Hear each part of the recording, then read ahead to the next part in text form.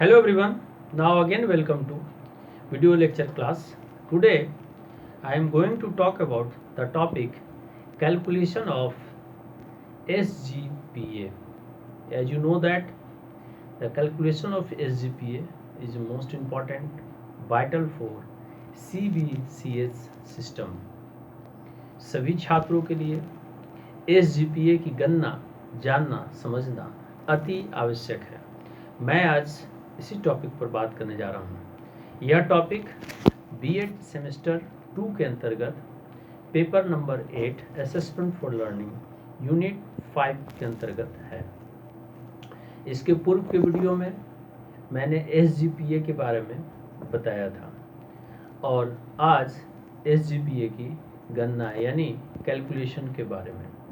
जब SGPA की calculation यानी गणना की बात करते हैं तो सर्वप्रथम क्रेडिट को समझना अति आवश्यक है, जो कि मैं पूर्व के वीडियो में बताया हूँ। साथ ही साथ क्रेडिट के साथ जो सेमेस्टर मोड के अनुसार सब्जेक्ट का वेटेज है, जो कि क्रेडिट के रूप में, और यूनिट यानी एक ऐसा आधार जिसमें कि उन सभी चीज़ों को आप समझते हैं, जान पाएँ, तभी आप SGPA को सही तरीके से निकाल पाएंगे। तो आपको इसके पूर्व के वीडियो में बताया हूँ कि SGPA का कितना महत्व है। क्यों? क्योंकि इस तरीके से जो रिजल्ट निकाले जाते हैं उसमें फेल शब्द का कोई स्थान नहीं होता है। यानी फेल, जैसा कि F शब्द का प्रयोग मैंने पहले ही बताया है कि नियमतः अंशतः बहुत कम प्रयोग किया जाता है, जिससे कि छात्रों पर दबाव कम से कम पड़े। और जो गैप होती है वह 10 यानी जैसे कि मान लीजिए कि 1 to 10 एक ग्रेड हो गया, 11 से 20 एक ग्रेड हो गया। इसमें क्या होता है कि छात्रों में जो पॉइंट 1 पॉइंट या 2 पॉइंट या 3 की जो इंट्रा या हेल्दी कंपटीशन होती है, वो चीज़ें स्वास्थ्यवर्धक तो हैं, लेकिन कभी कभी इन्फिनिटी कम्प्लेक्स की ओर ले जाती है, तो इसे समस्याएं आती हैं। तो चलिए मैं अब आपको SGPA की गणना के बारे में विस्तार से बताने जा रहा हूँ। Now, welcome to video lecture class B.Ed semester 2, paper 8 assessment for learning. Calculation of SGPA. As you know that in the earlier or previous video, I have also discussed about the theory of SGPA. Today, I am going to talk about the calculation of SGPA, first in English, after that in Hindi.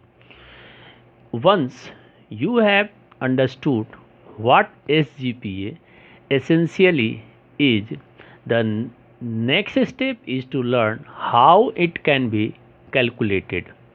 Semester grade point average SGPA essentially reflects a student performance over a stipulated time period, generally a semester.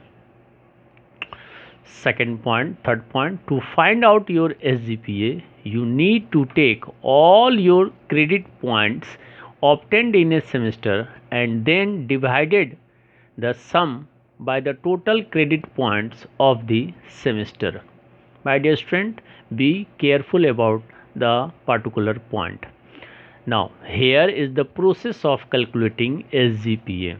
First, multiply the credit point of each subject to the grade point you have earned in the subject number 1. Number 2, then add all the total grade point you have got.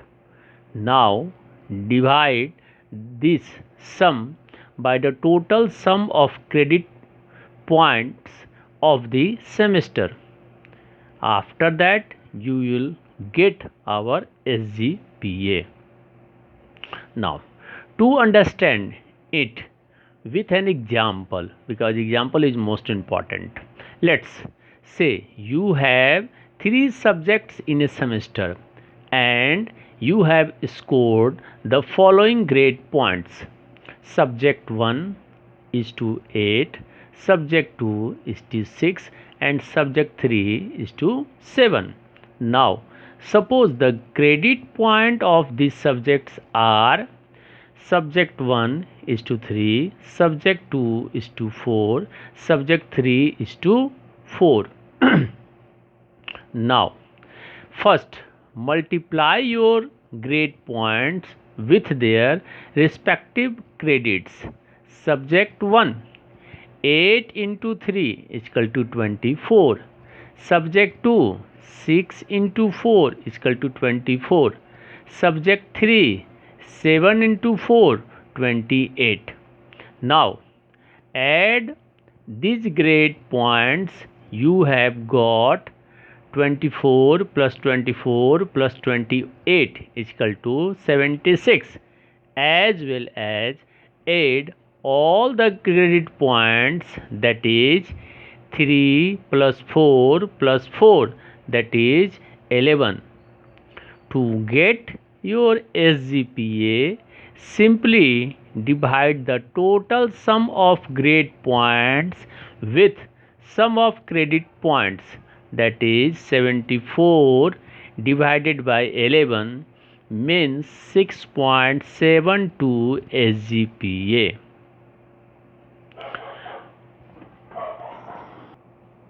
Now अब मैं इन सभी चीज़ों को थोड़ा हिंदी में स्पष्ट कर दूं। SGPA की गणना, एक बार जब आप समझ गए हैं कि SGPA अनिवार्य रूप से क्या है, तो अगला कदम यह सीखना है कि इसकी गणना कैसे की जा सकती है। सामान्यतः हम कह सकते हैं कि SGPA एक अनिवार्य रूप में है, क्योंकि इसके बारे में हम लोग जानते हैं, तो इसकी गणना समझना जानना अति आवश्यक है। Number 2, semester grade point average अनिवार्य रूप से एक निर्धारित समय अवधि, आमतौर पर एक सेमेस्टर में छात्र के प्रदर्शन को दर्शाता है। अपने SGPA का पता लगाने के लिए आपको एक सेमेस्टर में प्राप्त किए गए अपने सभी क्रेडिट पॉइंट को लेने की ज़रूरत है और फिर सेमेस्टर के कुल क्रेडिट पॉइंट से विभाजित करना है, या पॉइंट को विभाजित किया है। यहाँ पर जो बताया गया है उसके अनुसार सेंटेंस लिखा हुआ है। अब मैं आगे बढ़ूँ कि SGPA की गणना की प्रक्रिया क्या है। सबसे पहले प्रत्येक विषय के क्रेडिट पॉइंट को उस ग्रेड पॉइंट तक बढ़ाएं जो आपने विषय में अर्जित किया है। फिर आपके द्वारा प्राप्त कुल ग्रेड अंक जोड़ें। अब सेमेस्टर के क्रेडिट अंक के कुल योग से इस राशि को विभाजित करें। आपका SGPA आपको प्राप्त होगा। इसे एक उदाहरण के द्वारा समझें। मान लें कि आपके पास एक सेमेस्टर में 3 विषय हैं और आपने निम्नलिखित ग्रेड अंक बनाए हैं, यानी आपके पास मिले हैं। जैसे कि विषय 1 में आपको 8, विषय 2 में 6 और विषय 3 में आपको 7 ग्रेड अंक मिला है। अब मान लीजिए कि इन विषयों के लिए क्रेडिट बिंदु इस प्रकार हैं। 1 के लिए 3 क्रेडिट है, 2 के लिए 4 क्रेडिट है और विषय 3 के लिए 4 क्रेडिट है। समझ गए आप लोग इस चीज़ को कि यहाँ पर जो ऊपर में है वो ग्रेड अंक बताया गया है जो कि आपने एक सेमेस्टर एग्जाम में प्राप्त किया है, और यहाँ पर सब्जेक्ट का क्रेडिट बताया गया है। सबसे पहले अपने ग्रेड बिंदुओं को उनके संबंधित क्रेडिट के साथ गुना करें। जैसे विषय 1 8 गुने 3 इक्वल टू 24, यानी 24, 8 3 या 24। एक बार मैं पुनः आपको दिखा दूं कि विषय 1 का जो ग्रेड है 8 है और इसको विषय 3 के जो क्रेडिट बिंदु हैं उसके साथ इंटू किया जा रहा है। दूसरा 6, विषय 2 के जो 6 हैं उसको 4 से इंटू किया गया 24, इसमें 7 है इसलिए 4 से इंटू किया गया 28। अब आपके द्वारा प्राप्त किए गए इन ग्रेड बिंदुओं को जोड़ें। 24 प्लस 24 प्लस 28 इक्वल टू 76। साथ ही साथ सभी क्रेडिट पॉइंट जोड़ें, अर्थात 3 प्लस 4 प्लस 4 यानी 11।